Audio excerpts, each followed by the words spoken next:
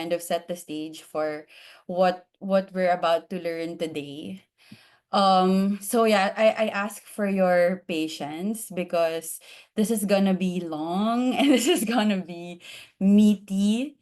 And this is an academic study. So I hope that you can stick with me.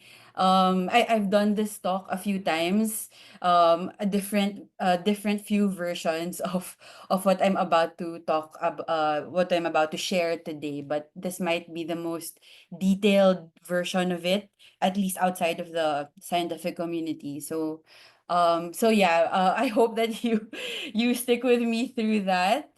And same as Z, thank you so much for being here today.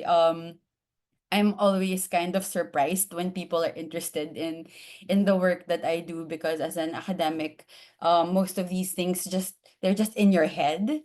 And so I'm always very happy to share it with other people because there's just so much to learn about our culture and about Ginhawa. So yun, hindi ko na rin papatagalin. So ayun. So yeah, so as Z said, my name is Car. And we'll talk about my thesis today, which is entitled Designing for Ginhawa, Indigenizing Positive Design Towards Liberation. And I've been doing this for a few years. Um, but it is like my final requirement for my MA psychology at UP Diliman. So I am a design strategist and a researcher. I'm not a designer in the technical sense. But because of my work in design studios particularly, I saw how design could be really embedded in broader culture. And I wanted to figure out a way how we could proactively use design for the betterment of Filipinos. So that's what eventually led me to my MA. Um, and that's what eventually led me to this thesis, which is a culmination of everything I've been reading about and studying within my MA Psych. So, what did this study actually entail? And what were my objectives in pursuing this study? So, I wanted to first document what was happening within design and how it was being used for ginhawa, or to put it in another word, how design was being used for social impact. And I wanted to focus first on visual design because it's the community I belong to, but also because we're surrounded by images, just because of the preponderance of screens in our life. That alone makes the visual a very, very powerful starting point to kind of pursue this line of inquiry. And because there's really nothing or barely anything about Filipino design being used in this way. So I just wanted to try and understand it, document it so other people can learn about it. But I also didn't want to just stop there. I wanted to make sure that whatever we learned could be extended into real life, could be applied onto real design projects, real design contexts. So you'll also see later on a framework um, on how to proactively design for the ginhawa of Filipinos. And these are the 6 designers that I interviewed for this study. And there was a very strong intention for collaboration and co-creation in the doing of this research. So kind of re-angling the idea of a participant or a subject into a kalahok, somebody who does science with you.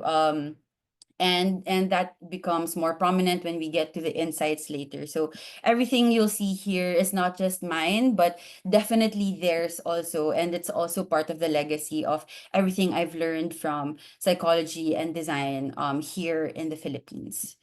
But another important thing to note is that this sample is so incredibly small and so incredibly specific.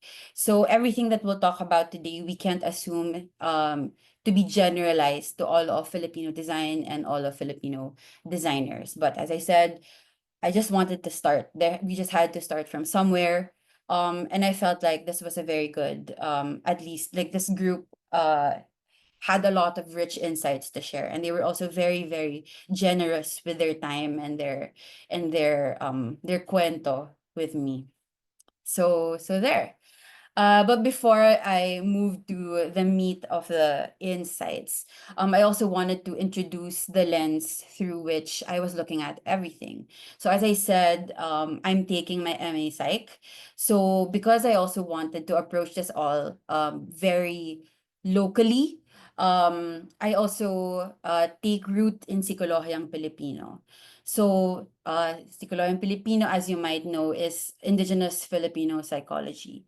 So it's psych that is deliberately anchored on Filipino experience, thought, and orientation.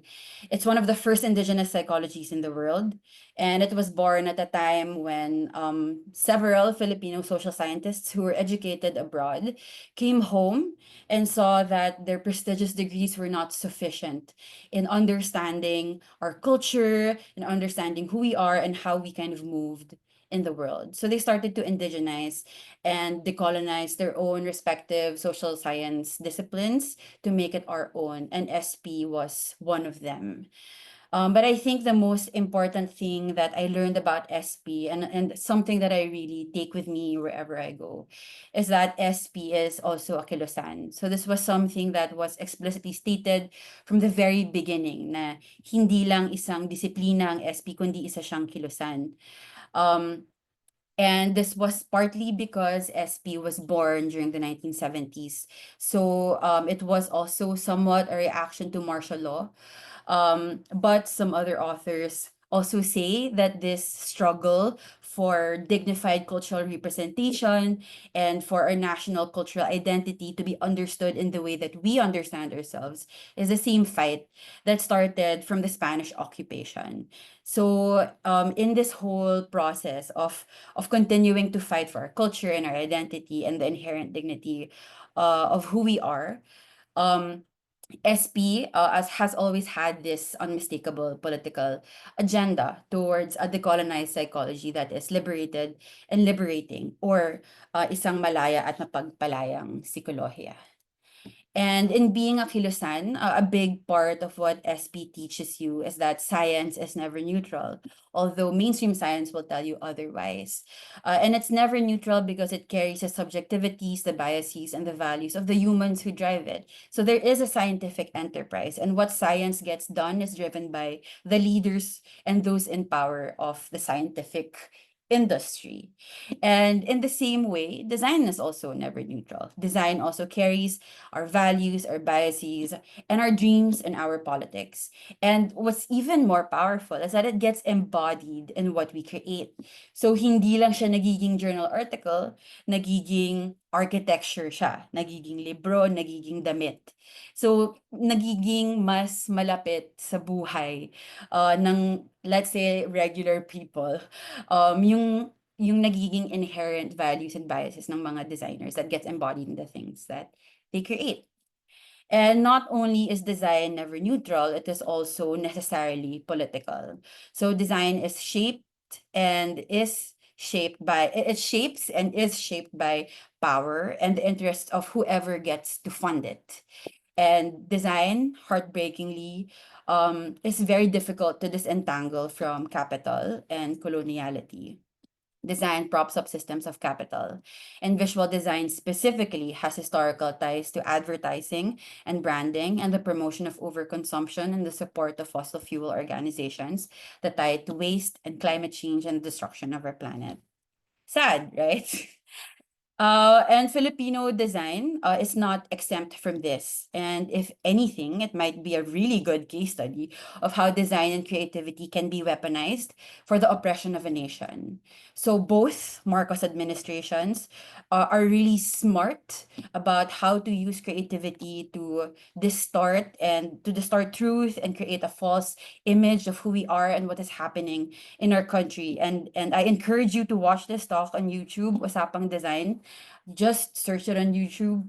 You will find it very enlightening. But yeah, as sad as this all is, it's really, really important to acknowledge this because it also helps us be more responsible about it.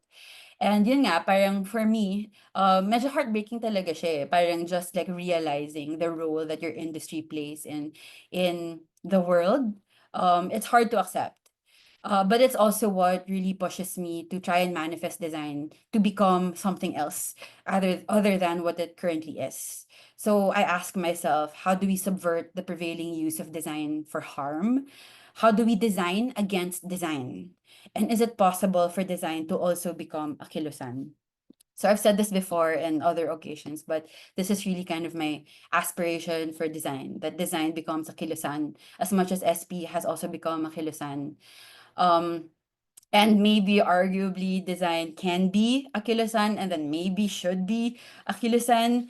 But at least from what I've learned from the research I've done, from the things that I've read in school and outside, I feel like these are the things that might make design a kilusan, that it should be approached in a decolonized manner. It should be indigenized to our culture, and it should have a keen awareness of power and the social structures that limit us and that also maybe empower us sometimes, and that maybe design can be malaya at mapagpalaya in that way.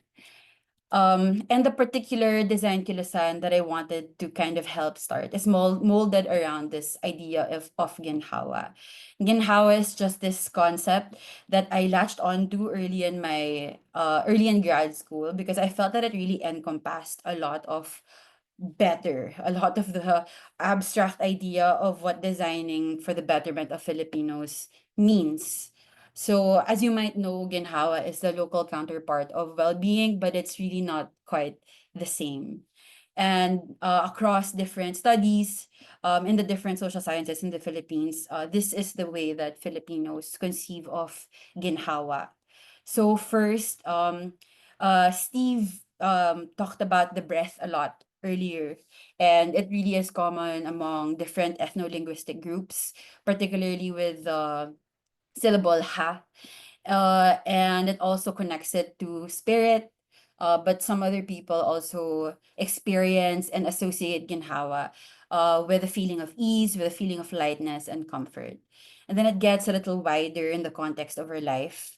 And ginhawa becomes associated with our subjective aspirations. So the subjective part is really important because it means that nobody else can judge how happy we are or how maginhawa our life is except for ourselves. It's not some measure that we stack our life against, but something that only we can determine. And aside from that, it's also connected to our spirituality, whether it's organized religion, whether it's animistic indigenous spirituality, or maybe even meditation. It's all part of how Filipinos conceive of ginhawa. And then it gets even broader. Our ginhawa is also shared. It's connected to the time and place we are in, our kinalalagyan, our konteksto, and also to the different things that we connect to. Our mga kaugnayan nating mga tao, people we have relationships with, friendships or families or friends, etc. But also our environment, whether our natural environment or our built environment. So here we see that well-being as Filipinos understand it, or ginhawa as we see it, it does not exist in isolation, but in connection with other people, with spirits, with the environment, and with the world. And what this tells us is that ginhawa is interconnected, and that means that the ginhawa of one person cannot be had without the ginhawa of the many. And this collectivistic conception of ginhawa is very much tied to what is arguably the core value of Filipinos, which is kapwa. So kapwa is this indigenous Filipino orientation that recognizes and respects the inherent value of other people, of fellow Filipinos, of fellow people. But my favorite description of it has something to do with the idea of loob. So it's in this process of merging our inner self, sometimes described as the inner universe, ang daigdig natin sa loob kapag napag-iisa ito sa loob ng ibang tao. And then yun yung nagiging act ng pakikipagkapwa. So hindi lang siya basta-basta na I recognize you as a fellow person who is like me, who is similar to me. But I recognize that we share the same universe within us. And in this act nga of pag-iisa, of pakikiisa, then dun tayo nakikipagkapwa. And in this recognition of this inherent value of people, it also deepens to social political concerns and the social political values of freedom, dignity, and justice. And so I thought, because of this, that maybe designing for Kapwa might mean also designing for freedom, dignity, and justice. And because Ginhawa is also tied and rooted in Kapwa, as we've seen, designing for Ginhawa then might also mean designing for freedom, dignity, and justice. So, so guys, mahaba talaga itong presentation na to, so I hope you stick with me nga.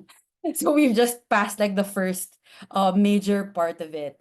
So yon, so with this frame of mind, I approached the six participants to basically try and see if what I learned in the literature is true, if it's true in real life, if it's true at least for these six people. I just wanted to know, what does it actually like to design for Ginhawa in the Philippines. So, this is what they shared with me. It follows this broad narrative of what they think is design at its best, or an idealized concept and experience of design. But then it comes up against reality, and then they experience it to be more constrained and more limited. But then after that, they do the work to reclaim it back and to build and create and design the reality that they see is more empowering. So we'll go through these clusters of themes one by one. Okay, wait lang. I will drink water. Okay, okay. So first, design at its best, or design as an ideal. So the first theme is about the general design experience. How did these six people experience Filipino design throughout their life, throughout their practice? So for them, Filipino design can be a connected experience. And it starts with design being shaped by connections to people. So for the six designers, it starts very early, which I feel may be very common then, being exposed to a family with creative occupations, or maybe a family whose occupations are not creative at all, and that manifests later on how they approach their creative practice. And it's also about schools, the universities, and the values that these institutions hold. For three of them out of the six, it was a lot about their participation in their school papers and how it exposed them to realities they otherwise would not have known. And in that space, also, these six designers actively find ways to step out of their own realities and meet diverse people, and connect with them, and then that influences the design that they do. And it's also about design as a space for shared value, seeing it in that way. And that space can be shared with other designers, other creatives, but also other clients, and also maybe the people who we're designing for. The second sub-theme here is design as connected to nature and spirituality. So there was one particular participant who spoke about this a lot. And they said that maybe nature and the very biodiversity that exists in our country is the ultimate source of inspiration of Filipino design. And especially for our indigenous groups, this extends to spirituality. So for them, according to this participant, design is not really just design, or art is not just art, or craft is not just craft, but dun sa kabusisian nung ginagawa nila, nagiging practice of reverence yung design. So design as a spiritual practice of reverence. And in that way, you kind of understand that this roots from an interconnected worldview. And so this idea of design as connected to nature and spirituality is also about being it's also about design being circular and being regenerative, because it recognizes the interconnectedness of everything. And the last sub-theme here is seeing design in larger networks of connection. So this one particularly is about positionality. It's about context. So the designers in this group are super keenly aware of their own privilege, of the contexts and histories of the things that they create. They're very conscious of time, place, history, and the future, and even the general lifespan of their design. So, for one particular designer, they would think about, okay, so right now, this is the design that I'm going to make, but maybe in a few years, how could it be possibly used, and will that design still work if it's used in a different way? So, things like that. But apart from that, they're also very conscious of the development of design itself. So a lot of them think about, how can I push Filipino design forward? So it's a very active and intentional thought that is common in many of the participants in this group. The next theme under this cluster is about the design process. And at least for this group, it seems that design is this creative process of embodying our shared loob towards pakikiisa. So let's break it down. So the first is design as the sharing of loob.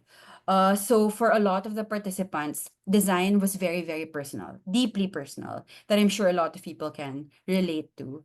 And it wasn't just that it was self-expression, but that how they approached design was tied to the progress of their own lives. So the impacts of turning points in their own lives would also manifest in the way that they design, in the way that they think, along with the other values and beliefs that were shaped by these experiences.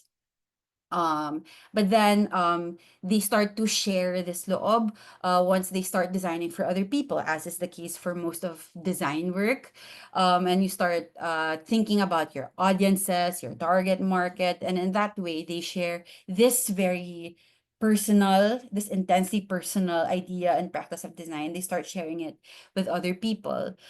So a lot of the designers in this group prefer a collaborative process. So whether that's with other designers or other creatives in other creative disciplines, or even with non-designers, so having a more participative approach that involves um, regular non-professional designers to become designers within this specific process. And in this way, it decenters the designer, and it shares that empowering process with the people who design is for.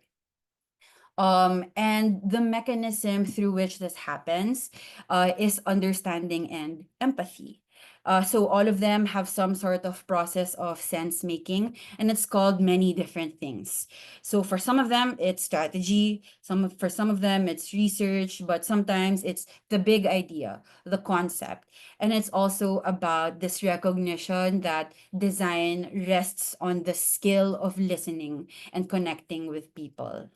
And finally, for the design process, it culminates in the expression and embodiment of everything that came before.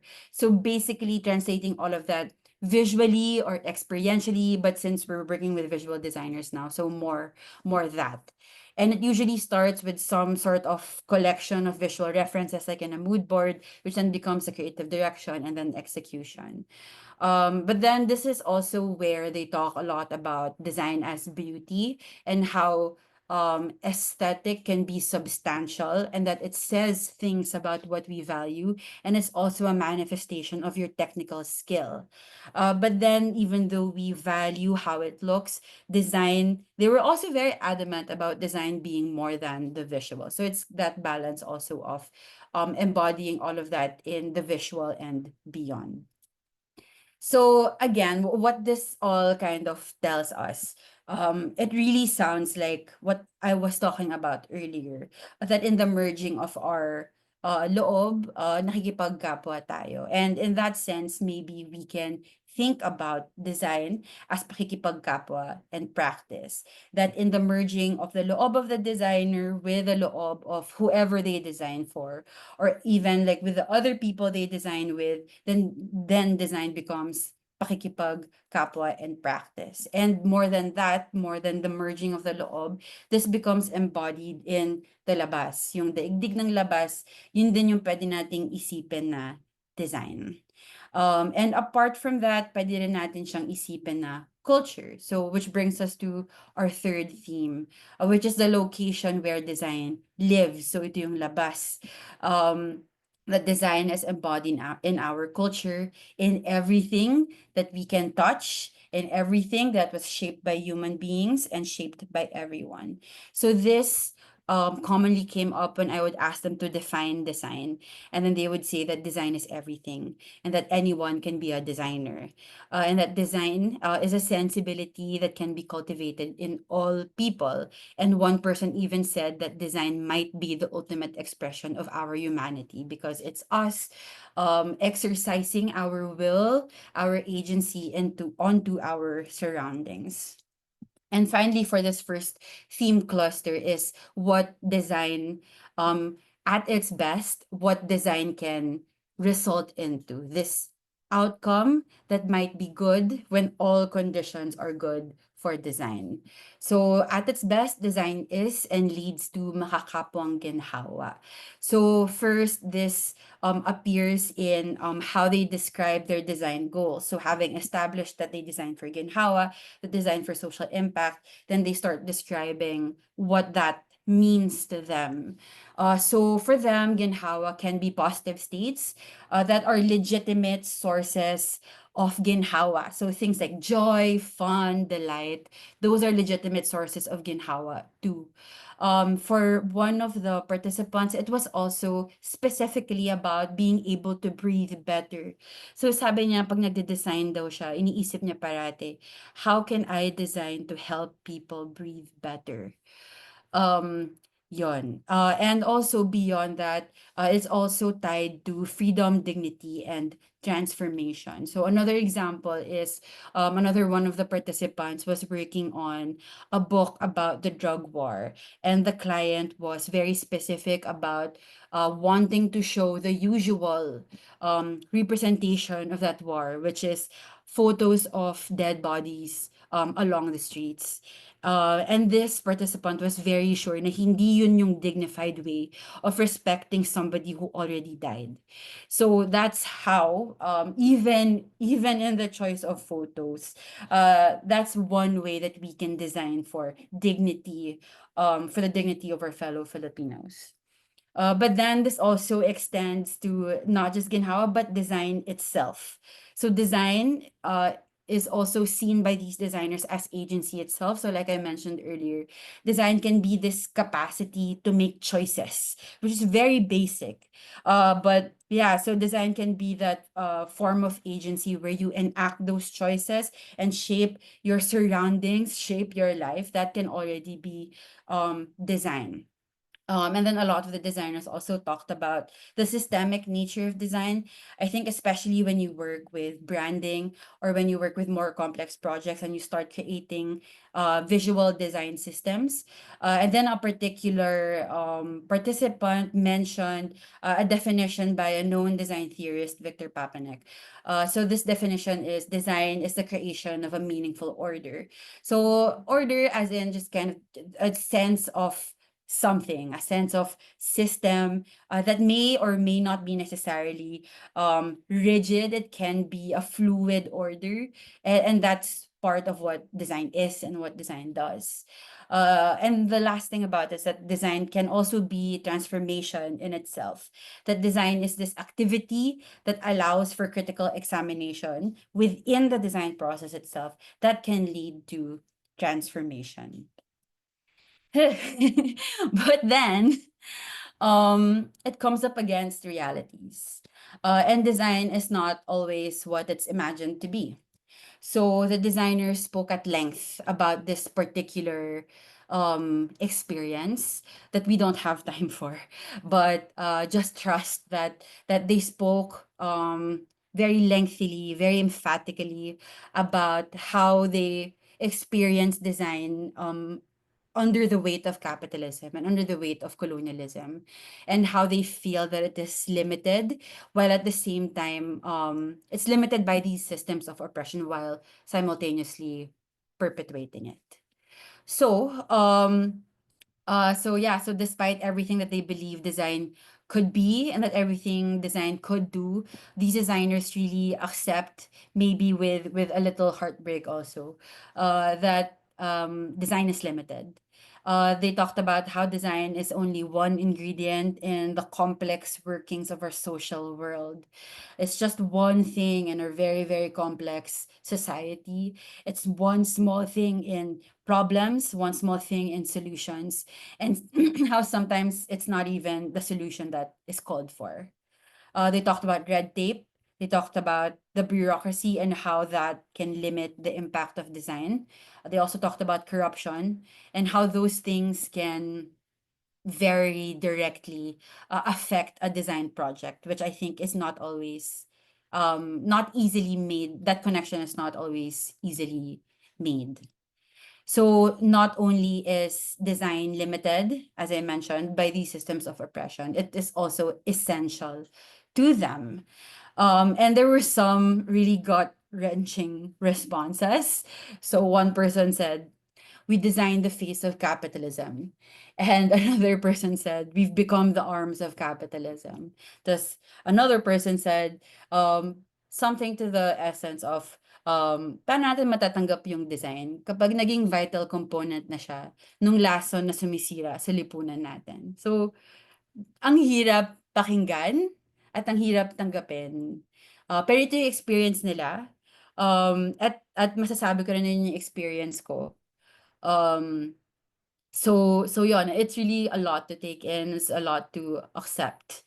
And it's not just through the organizations we work with, it's not just how we prop up systems of capital directly by working with for-profit organizations. It's also about aesthetics. And there's a way that aesthetics can oppress. This part is about tending to honor only the Western design canon. An example of this is the idea of the grid, which is a very basic tool that maybe a lot of graphic designers look up to in terms of mastering how to use the grid.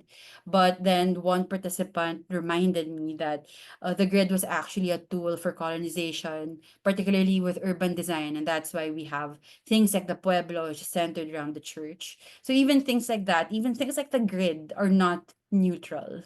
And they can be a way to um, perpetuate an idea of design that is not ours, that is oppressive, and that has history of oppression also.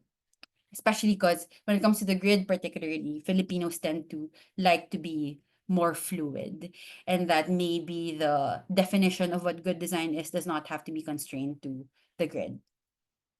And lastly, for this particular cluster of design in reality, is that not only is design limited by the systems of oppression, not only is it essential to it, it also oppresses the designers themselves. So generally, a life in design, a creative life, an artistic life, is an unstable life, which I'm sure many of you might relate to. So yun, so some of the participants in this group, not all of them, but some of them say na even with their stature na tingin daw ng mga tao na marami na silang na-achieve, even then, parang hindi pa sobrang stable nung buhay nila.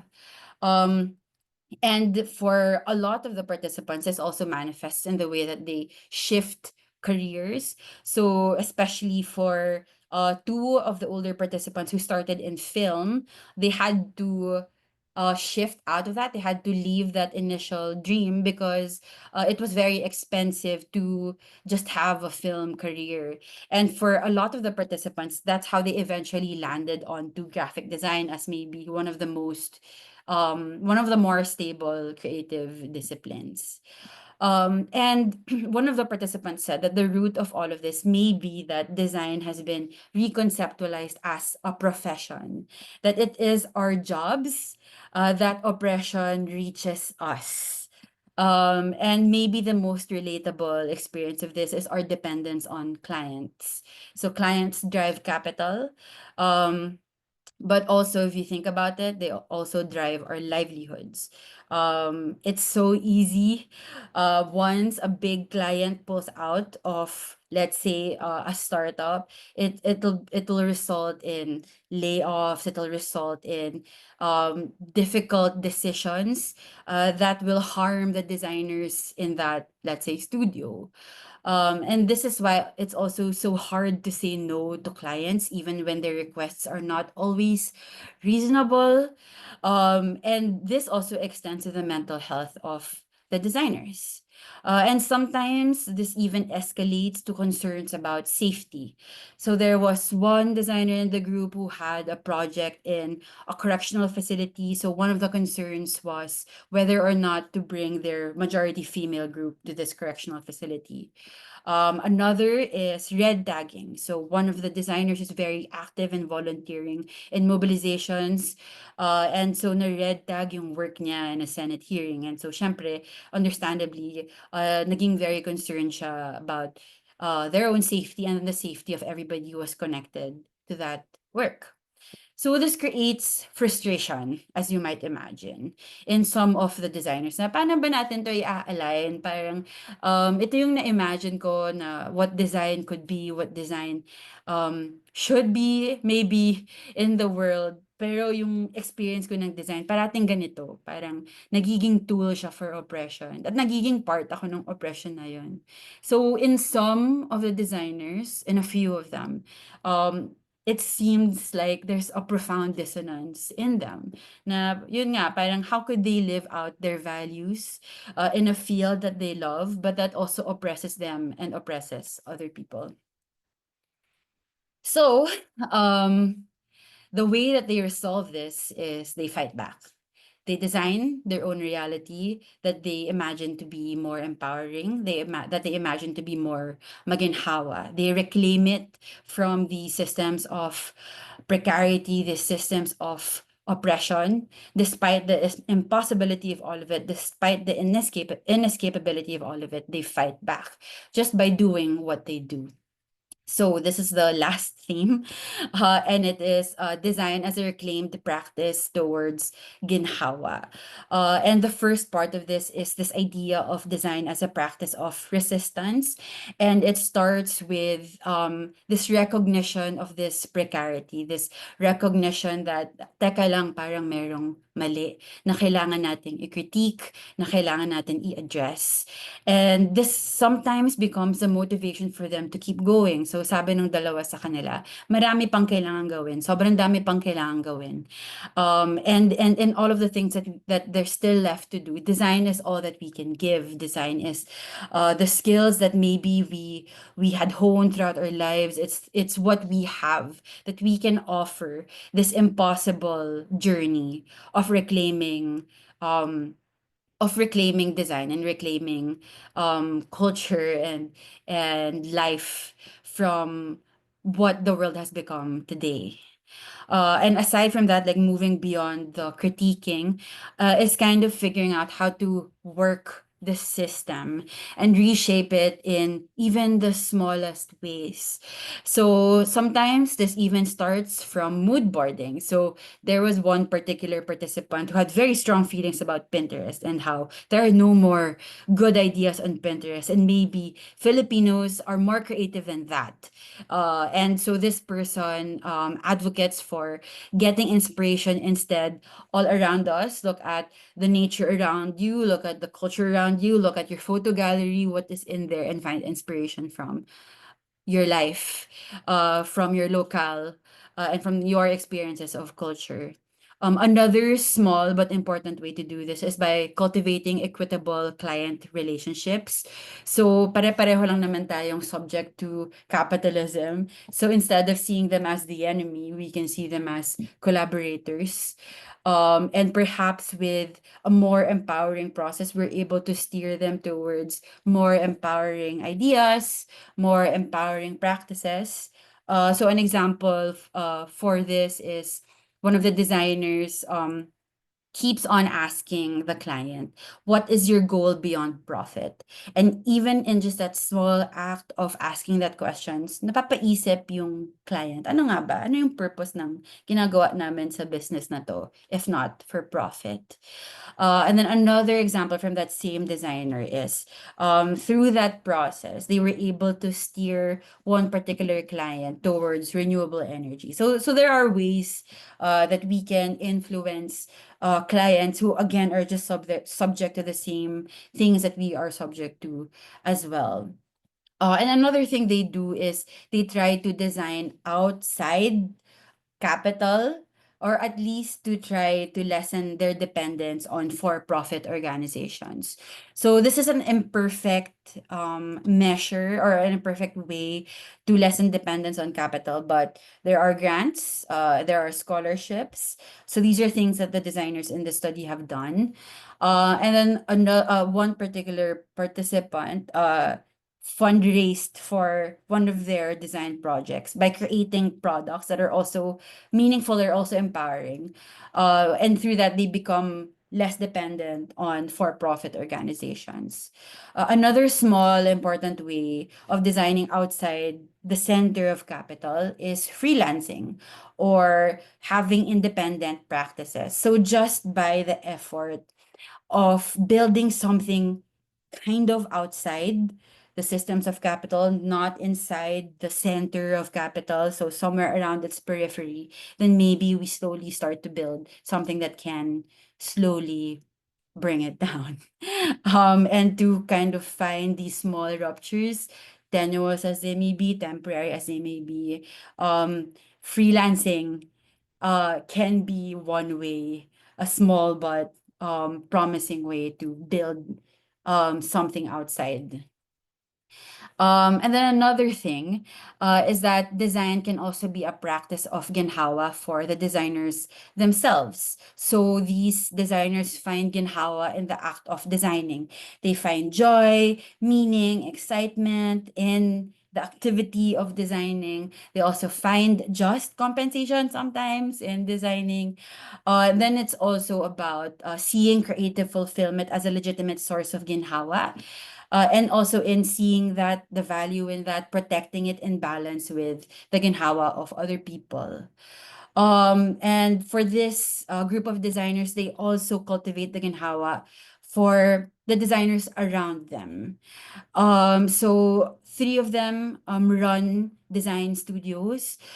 So it's also for them, it's a lot about developing professionally, creatively the designers who are under them. So that's part of developing their ginhawa also. And for some of them, it's also about developing a critical eye. So that's important to them. And the way that they do this, aside from within their own studios, is proactively sharing their philosophies and practices through different events and talks and interviews and things like that, so that their practice is no longer niched, is no longer uncommon. And the last thing that they do is they structurally care for designers also. So as I said, three out of the six designers run design studios, and they've instituted fair creative labor practices, which are arguably radical, but they don't really, I don't know how radical they are, but maybe it's almost, it might be radical, but just the idea of a 4-day work week, lengthening a client timeline and prioritizing na, hindi, 4 days lang yung work week namin. And so our timeline is like this. For one of them, shifting to a worker-owned studio. So that's very, very empowering for the designers themselves also. And for all the designers in this group, they've all worked with government. So the scope and scale of the structural support that they're providing extends to the national scale. So many of them have been involved in creative legislation, in creating organizations that support designers. So it's all of that. So these designers proactively cultivate this ginhawa for other designers also. And through this, they've created a somewhat maginhawang space for design and designers in the Philippines so that we can better design not just for ourselves but for other people also. And looking at this, I realized that there was something about the space that the six designers moved in that allows them to critique capital, to experiment what they can do with it. Maybe it's this care that they provide to each other. It's this care that allows them this space that ultimately very slowly could erode systems of capital and legacies of colonialism. So what I hope is the underlying takeaway from the insights of the study is that we need ginhawa to keep fighting for collective ginhawa. So ginhawa for designers cultivates critical transformative design towards transformative ginhawa. So yeah, so what this says is we need Ginhawa to erode capitalism, we need Ginhawa to critique it, to have space to experiment with it, and to generally just keep going and continue doing the hard, impossible work of transformation. Okay. So it's 7:59. Just a super quick time check, Z, if we can keep going. So onti na lang naman. So we're going into the framework portion of the presentation. Is it okay? Okay. Okay. Sige. So I'll keep going. Yon. So what did I do? What did I do with all of that insights, all of those learnings about the experiences and philosophies and practices of these six designers? So, as I mentioned, I co-created a framework that helps apply these insights onto real life. But what I realized in the creation of this framework was that it also needed a more specific guide to extend kind of like to extend this visual of a framework into something that's more actionable to real life. So what I did was I drafted it. I showed it to the six participants, and they sent me drawings of what they thought the shape of the framework should be. They gave me a lot of helpful suggestions that made the framework and guide what it is. That this wouldn't have been how it is now if I didn't get the thoughts and ideas and suggestions from the participants. So this is something that was co-created between all of us. But some things, some principles, I guess, or characteristics about this framework and this guide is that number one, it's not exhaustive. So because the sample is very small and this is all based on their experiences, um, we don't stop at what's contained in this framework and this guide. So the goal is always to build on it, to include other experiences. So whatever comes in the following slides is not exhaustive. It's not everything that you could ever do about designing for Ginhawa. The second is that it takes an interconnected view of both Ginhawa and design.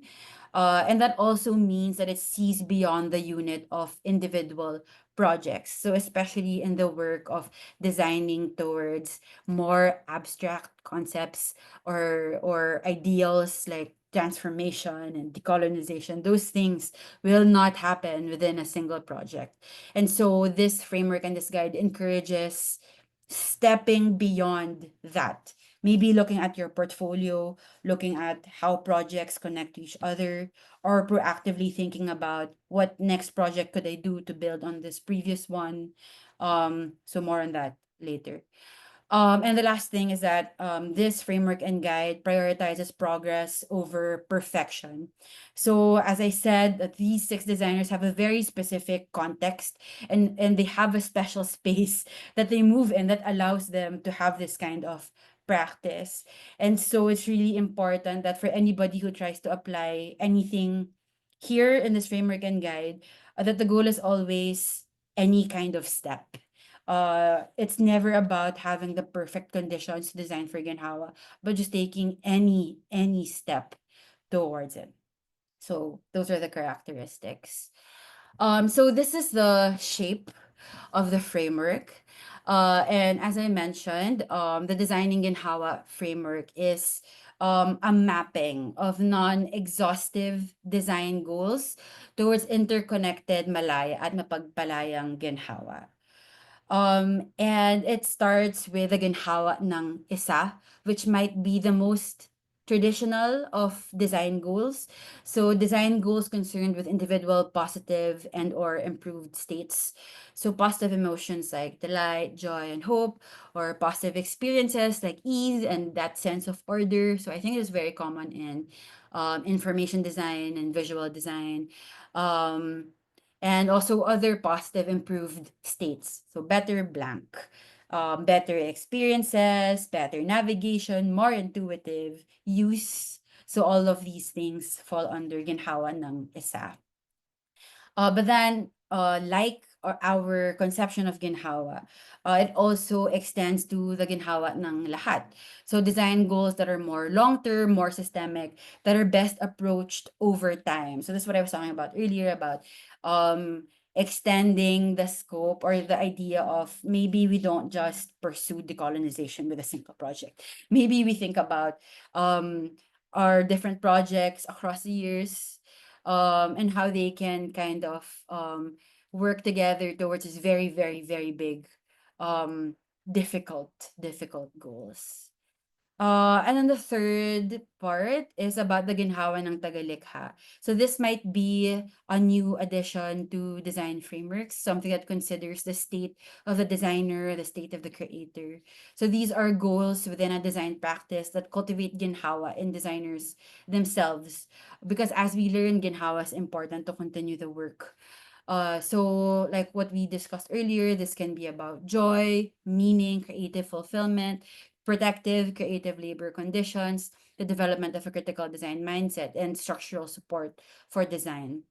And of course, this is all founded on the three things that the social political values that are connected to kapwa. So, ang ginhawang makakapwa. So again, this is based on how they responded, and this just happens to correspond with the literature. I didn't prompt them to respond in a certain way, but I guess it just goes to show how perhaps the existing literature on Ginhawa and Kapwa is close to the experience of Filipinos. So all of this is underlined by these social-political values that guide everything else. So Ginhawa Mahakapwa, freedom, dignity, and justice. So this is the full framework. So that's the mapping of the different design goals in nested, interconnected levels of scope. And the next is the guide. And the primary format of it is that it is prompt based. And like the framework, it is also non-exhaustive. So these are non-exhaustive creative prompts for Malaya at Napagpalayang design. And it contains three sections. So this is just an overview of the guide. This is not the full guide yet. And the first section is about Namalaya at Mapagpalayang design goals. So it's appending the first questions on the first phrases on top with the questions on the bottom. So what design decisions can we make that will cultivate these different kinds of ginhawa? But then again, we want to be able to encourage thinking beyond single projects. So what projects are, excuse me, initiatives can we do that will cultivate these different kinds of ginhawa? And then also encouraging collaboration. Who can we work with to cultivate ginhawang, etc., etc., etc.? The second part is Malaya at Mapagpalayang design process. So including this was very important because it highlights that it's not just about what we're designing towards, or it's not just about the design outcome or output. It's about how we approach the process itself. So how can we make our design process more shared? How can it be more collaborative? How can it be more participative? How can we include different wisdoms, different knowledges, different experiences in the things that we create? How can we make it more contextualized? How can our process acknowledge what, when, where we design and who we design for, and also our own privilege as well? And how can we make our process more open? How can our process be more fluid? How can it be more adaptive to more specific needs instead of rigidly following a linear process, which is almost never the case, at least for our culture. And the last section is about cultivating this ginhawa in the creators or dun sa mga tagalikha. So malaya at mapagpalayang designers. So how can we cultivate this ginhawa in dun sa mga tagalikha on the level of number one, projects? So are these projects fulfilling to the designer we're assigning it to? Is it meaningful to them? Is it challenging? Will it push their design skills forward? Then the next level is in a practice. So these are where the other structural approaches to Ginhawa can come in. So maybe consider a 4-day work week. Maybe consider cultivating equitable client relationships. And then the last is in the design discipline or the design institution itself. How can we cultivate the ginhawa ng tagalikha in design overall? So how can we redefine design? How can we participate in creative legislation? How can we scale these structural supports that we have in our own practices? And of course, underlying all of this is how can we cultivate this ginhawa founded on ginhawang makakapwa as freedom, dignity, and justice. So super last, super last part. So just the last few um ideas and takeaways that I hope we leave this extended session with. So the first is that Ginhawa is interconnected as much as we are all interconnected. And that design could be a potent kilusan towards this Ginhawa if it is also approached in an interconnected way. And this kilusan depends on the freedom, dignity, and justice for the Tagalikha. And yeah, I guess like just thinking about how just my entire journey of grad school and doing this study and thinking about what I feel is uh my inheritance from both my academic ancestors and my Filipino heritage. I feel like the legacy and the inheritance is resistance.